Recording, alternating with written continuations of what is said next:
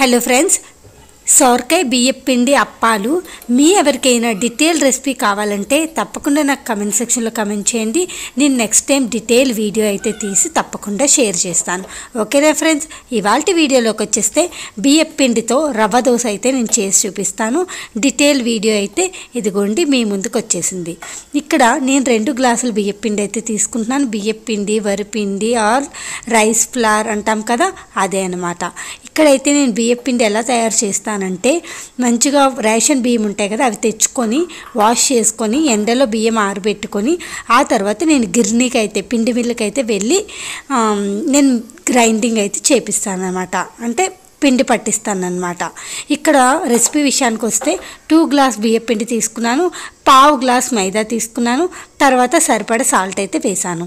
ఇక్కడ సూజీ ఉంటుంది కదా, వైట్ రవ్వ, ఉప్మా రవ్వ, వైట్ సూజీ రవ్వ, రోస్టెడ్ సూజీ రవ్వ వేసాను అనమాట.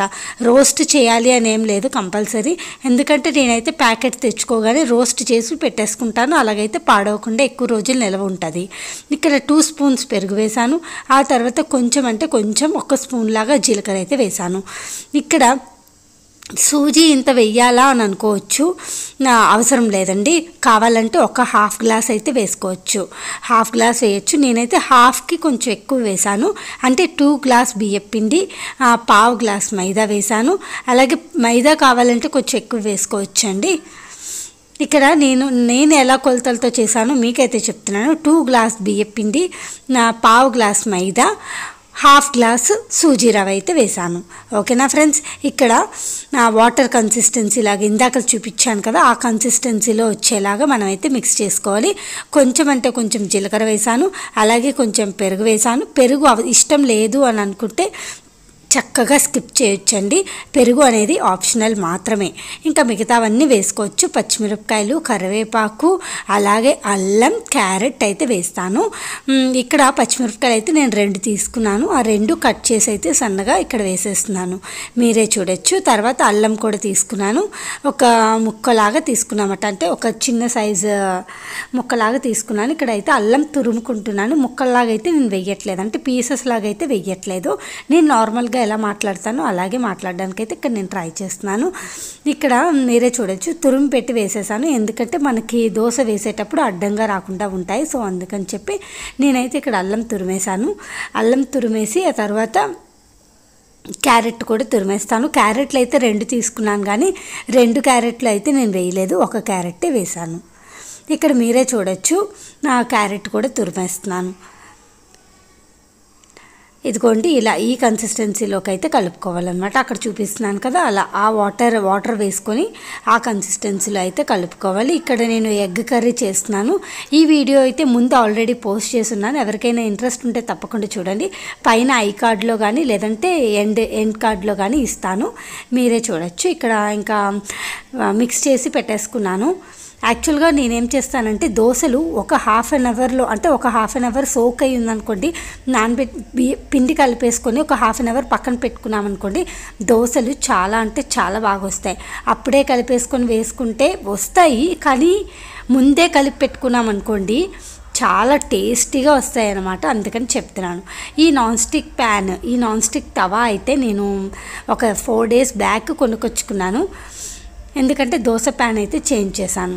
సో ఇక్కడ ఈ దోశ ప్యాన్ వచ్చేసరికి కంపెనీ మిల్టన్ కంపెనీ పక్కన అయితే ఎగ్ కర్రీ అవుతుంది. ఇక్కడ ఇంకా దోశ వేసేసాను. ఇది వచ్చేసరికి నీట్గా వాష్ చేసుకున్నానండి. వాష్ చేసుకుని ఆ తర్వాత సీజనింగ్ చేశాను, ఆనియన్తో సీజనింగ్ చేసి ఇక్కడైతే నేను దోశ వేసేసాను. చూడండి ఎంత బాగా వచ్చిందో దోశ, పల్చగా రేకులాగా వచ్చింది. అంటే చాలా థిన్గా వస్తాయి దోశలు. ఈ క్వాంటిటీలో కలుపుకొని చూడండి, దోశ బ్యాటర్ అయితే మీకు తప్పకుండా మంచి దోశలు అయితే వస్తాయి. అంటే క్రిస్పీగా టేస్టీగా ఉండే దోశలు అయితే తప్పకుండా వస్తాయి. ఇలాగే ట్రై చేసి చూడండి. నేను రవ్వ దోశ ఎప్పుడు ఇలాగే వేస్తాను. మనం దోశ ప్యాన్ పైన వేసేటప్పుడు కూడా ఒకసారి ఆ హ్యాండిల్ పట్టుకొని మూవ్ చేసామనుకోండి, ఒకే చోట పిండి అంతా పడిపోకుండా ఉంటుంది అన్నమాట.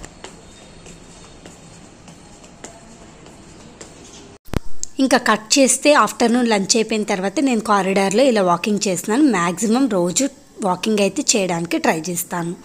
ఇక్కడ ఇంకా మళ్ళీ 4 ఆ టైం అయిన తర్వాత నేను యాక్చువల్గా చపాతీ పిండి అయితే కలిపి పెట్టేస్తున్నాను. ఎందుకంటే ఈవినింగ్ ఒక బర్త్డే పార్టీ ఉంది నయన్ వాళ్ళ ఫ్రెండ్ది. సో తను రమ్మంది అనమాట. సో నన్ను నయని ఇద్దరిని రమ్మంది. సో నేను కూడా వెళ్తున్నాను. సో ఉండను కాబట్టి ముందే కలిపి పెట్టేసుకుంటే మనకి ఇంకా వచ్చిన తర్వాత చపాతీలు చేసేసుకోవచ్చు ఈజీగా. మనం ఇంకా వెతుక్కునే పని ఉండదు ఏం చేయాలి అని.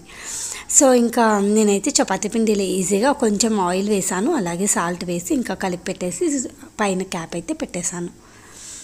ఇక్కడ మీరే చూడొచ్చు, నయన్ ఏదో స్కూల్లో క్రాఫ్ట్ చేశాడంట. సో ఐ లవ్ యూ అమ్మ అని రాశాడు. ఆ తర్వాత హ్యాండ్ ఓపెన్ చేస్తే ఇట్లా అనమాట మా ముగ్గురు బొమ్మలు వేశాడు. నయన్, నేను, వాళ్ళ డాడీ అంట. I love you mom and dad అని. ఇది వ్యాలంటైన్స్ డే రోజు చేయించారంట. స్కూల్లో ఇలా ఆర్ట్ అండ్ క్రాఫ్ట్ వర్క్స్ కూడా చాలా ఉంటాయి. పిల్లలకి మైండ్ మెచ్యూరిటీ కూడా బాగా పెరుగుతుంది. ఇక్కడ మా నేమ్స్ అయితే రాశాడు, మీరే చూడొచ్చు, నయన్, రాణి, భరత్ అని. ఇక్కడ స్కూల్ నుంచి వచ్చిన తర్వాత నేను యాక్చువల్గా వాడిని ఫ్రెష్ అవ్వమని అయితే చెప్తున్నాను. స్కూల్ నుంచి రాగానే హ్యాండ్ వాష్ అలాగే కొంచెం ఫ్రెష్ అప్ అయిపోతే నీట్గా హాయిగా అనిపిస్తుంది కదా వాళ్ళకు కూడా. సో అందుకని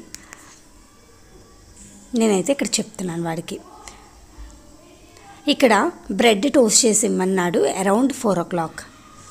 చెప్పాను కదా ఆల్రెడీ చపాతీ పిండి కలిపేసి ఆ తర్వాత మా వాడి కోసం అయితే ఇలా బ్రెడ్ పైన చాక్లెట్, అది డైరీ మిల్క్ చాక్లెట్ అండి, మా వాడికి చాలా ఇష్టం. సో డైరీ మిల్క్ చాక్లెట్ తెచ్చుకున్నాడు. సో ఇంకా నేను బ్రెడ్ అయితే గీతో కాల్చేసి పైన డైరీ మిల్క్ చాక్లెట్ వేసేసాను. ఇక్కడ మావాడే దోశ వేసేసుకుంటున్నాడు. యాక్చువల్గా నేను వేసి రెడీ అవుదామని చెప్పి వెళ్ళాను. పిల్లల్ని గ్యాస్ దగ్గరికి రానివ్వకూడదండి, ఆ విషయం నాకు తెలుసు. యాక్చువల్గా నేను స్టవ్ ఆఫ్ చేసేసాను ఆల్రెడీ అప్పటికే. సో ఇంక వాడే దోశ అయితే తీసుకొని వేసుకుంటున్నాడు ప్లేట్లో. అరౌండ్ 6:30, 7 అయింది. ఆ టైంకి అయితే మేము స్టార్ట్ అయ్యాము. ఇంకా నేను గిఫ్ట్ కొనే టైం లేదు. సో నేనైతే ఇంకా మనీ పెట్టేసి మనీ కవర్లో ఇచ్చేసాను. తినేయండి బర్త్డే బేబీ వాళ్ళ మమ్మీ అన్నమాట. తనకైతే 2 పిల్లలు, 2 ఆడపిల్లలే. ఇక్కడ చక్కగా పిల్లలందరూ కూర్చున్నారు, పెద్దవాళ్ళంతా చాట్ చేసుకుంటున్నారు అలా ఊరికే. సంథింగ్ సో అండ్ సో ఉంటాయి కదా మాటలు, చాట్ చేసుకుంటున్నాము. ఇక్కడ ప్రత్యూష, హాన్వి, ఇటువైపు ప్రాణం, ఇటువైపు ప్రమీల అందరూ ఉన్నారు. లక్ష్మి వాళ్ళ హౌస్ వచ్చేసరికి 2 BHK అండి. నన్నైతే అక్క అని పిలుస్తుంది.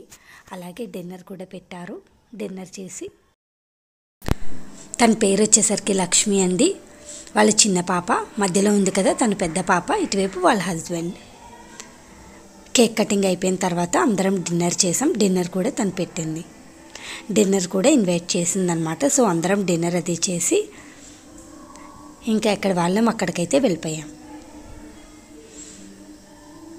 యాక్చువల్గా ఇక్కడ మా వాడు గిఫ్ట్ అయితే ఇవ్వడానికి నిలబడ్డాడు. పిల్లలందరూ గిఫ్ట్ ఇవ్వడానికి చాలా ఆత్రంగా ఎదురు చూస్తున్నారు.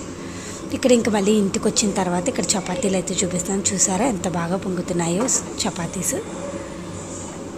మీకు ఈ వీడియో ఎలా అనిపించిందో తప్పకుండా కమెంట్ సెక్షన్లో షేర్ చేసుకోవడం అస్సలు మర్చిపోకండి.